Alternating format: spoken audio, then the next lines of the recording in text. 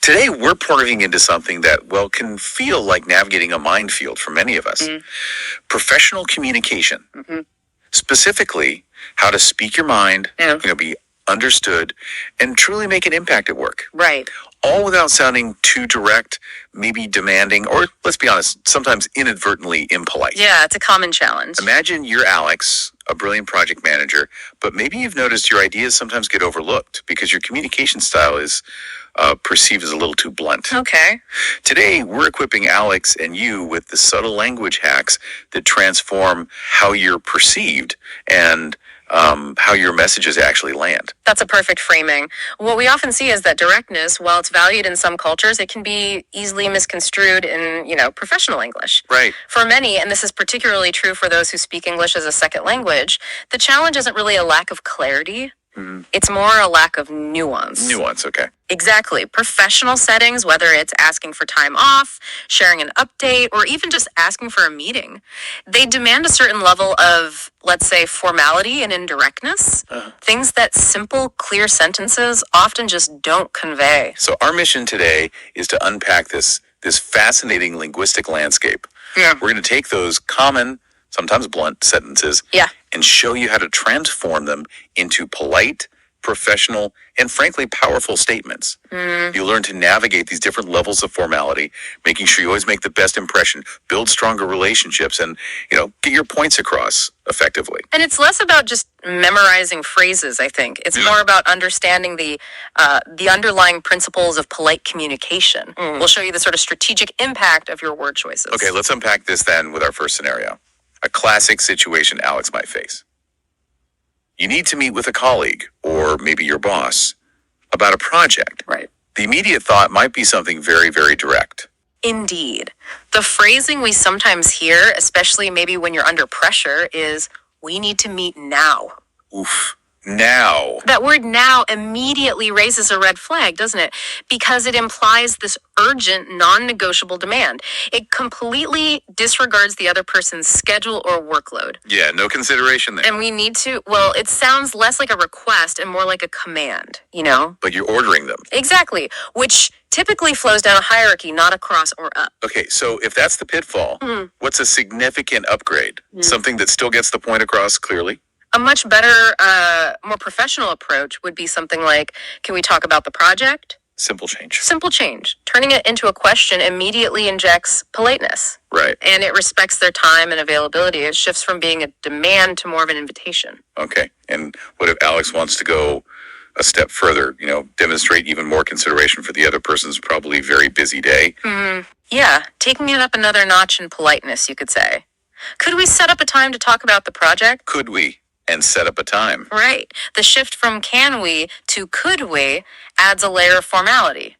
But what's really interesting here is how just asking to set up a time subtly shifts the power dynamic. How so? Well, instead of implying an immediate interruption, you're kind of empowering the other person.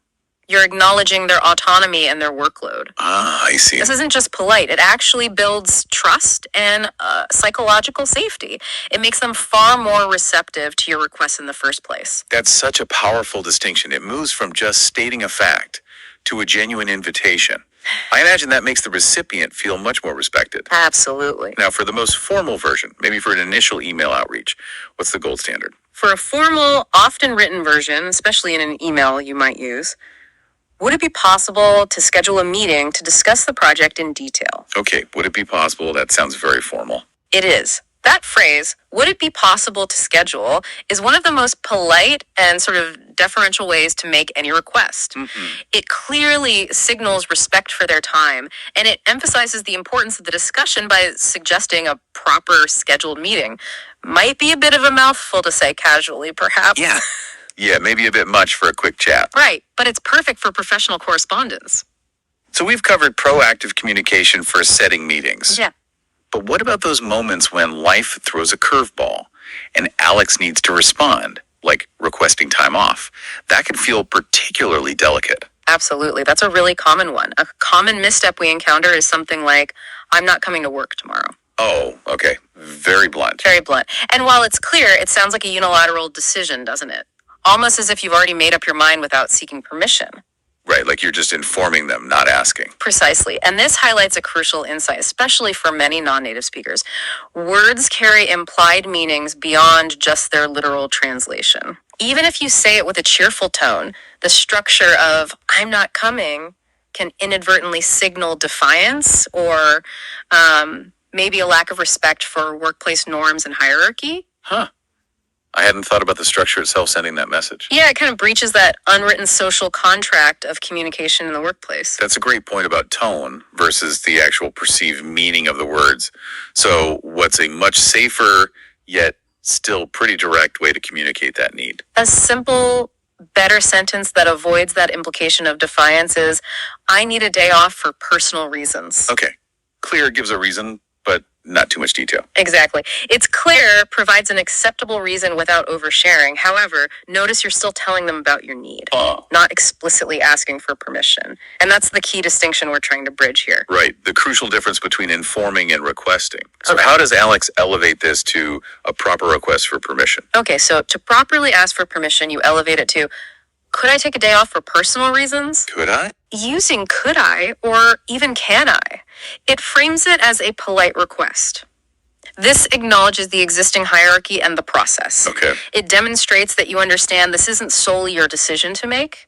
It shows respect for their authority and, the company's guidelines.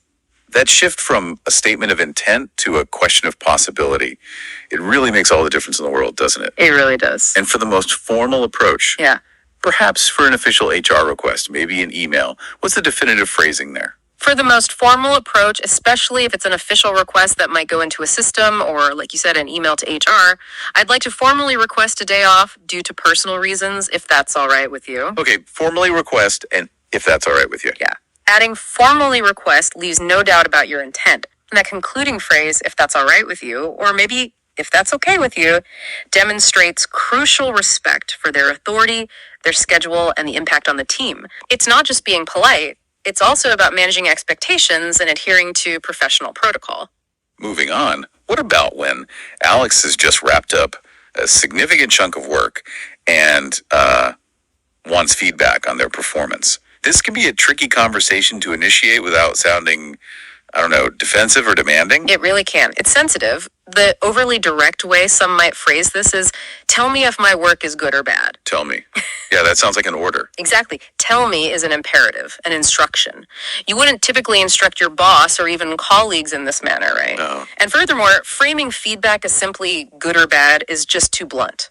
Professional feedback is usually nuanced, sensitive, and ideally constructive. Right. Not just a thumbs up or thumbs down. Precisely. It kind of shuts down valuable conversation before it even starts. Right. It doesn't invite a helpful dialogue at all. No. So what's a friendlier, more professional way to open that door to feedback? Much more inviting and professional way to phrase it is, "What do you think of my performance?" Okay. Open-ended. Yeah, it's an open-ended question that gently invites their opinion without sounding demanding or putting them on the spot with, like, a yes-no answer. It subtly signals you're actually ready to listen. That's a good step. How do we make it even more polite, though, and convey a genuine openness to all forms of feedback, even the tough stuff? Right, to make it even more polite and really convey that genuine openness. Can I get your thoughts on my performance so far? Get your thoughts. I like that. Yeah, the phrase, "Can I get your thoughts?" feels much less confrontational than maybe "What do you think?" It signals that you're receptive to all feedback, positive or constructive, and that you value their perspective. Okay. This kind of phrasing really fosters a psychologically safe environment for them to share honestly. That's a key insight, creating that safe space for the person giving feedback. And for the most formal version, maybe in an email following a big project milestone. The most formal version, perhaps for an email, would be something like, "Could I get your feedback on my recent performance when it's convenient for you?" Adding the "when it's convenient." Exactly. Upgrading "can I" to "could I" adds formality, and adding "when it's convenient for you" explicitly shows, immense respect for their time and schedule. Mm-hmm. Even though giving feedback might be part of their job, this phrasing demonstrates your consideration, which makes them more likely, I think, to respond thoroughly and promptly. Let's shift gears from seeking feedback to proactively providing information. Say Alex needs to share an update on a project with team members. How can this be done effectively and professionally? Okay, project updates. The too direct approach often sounds something like, here's my work. Short and sweet, but maybe too sweet. Yeah, it can imply, okay, I'm done, it's your problem now, without offering context or inviting any further discussion. Right, it feels like the door to conversation is just slammed shut. Exactly. It can feel like a handoff rather than a collaborative moment. It signals completion, not necessarily ongoing engagement. And how do we soften that? Make it clear that this is an ongoing process, not the final delivery. A much better, clearer way to express it is, here's an update on the project, or maybe, here's what I've done so far. Using update or so far. Right. The word update immediately signals that this is ongoing information, not a final handover.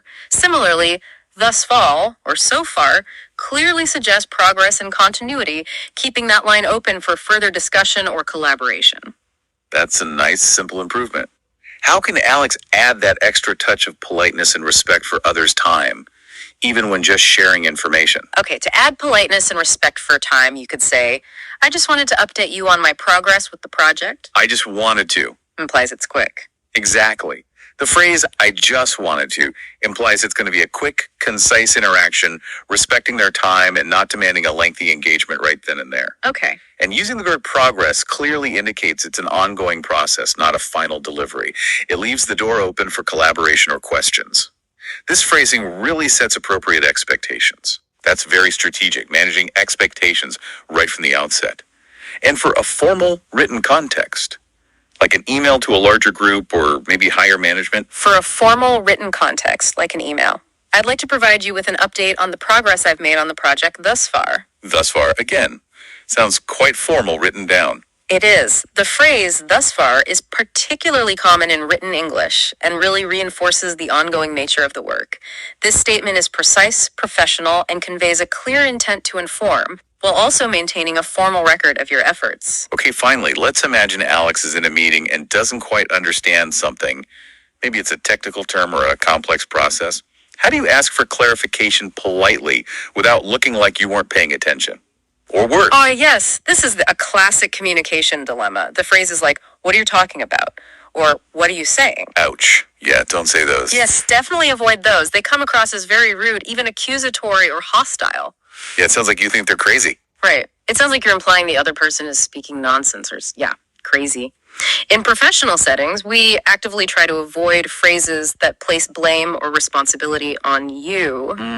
And this can also stem from cultural differences sometimes between what we call low context and high context communication styles. Right, where directness is perceived differently. Exactly. Direct questions about understanding can land very differently depending on that context. So instead of placing blame, how does Alex shift the focus onto their own understanding?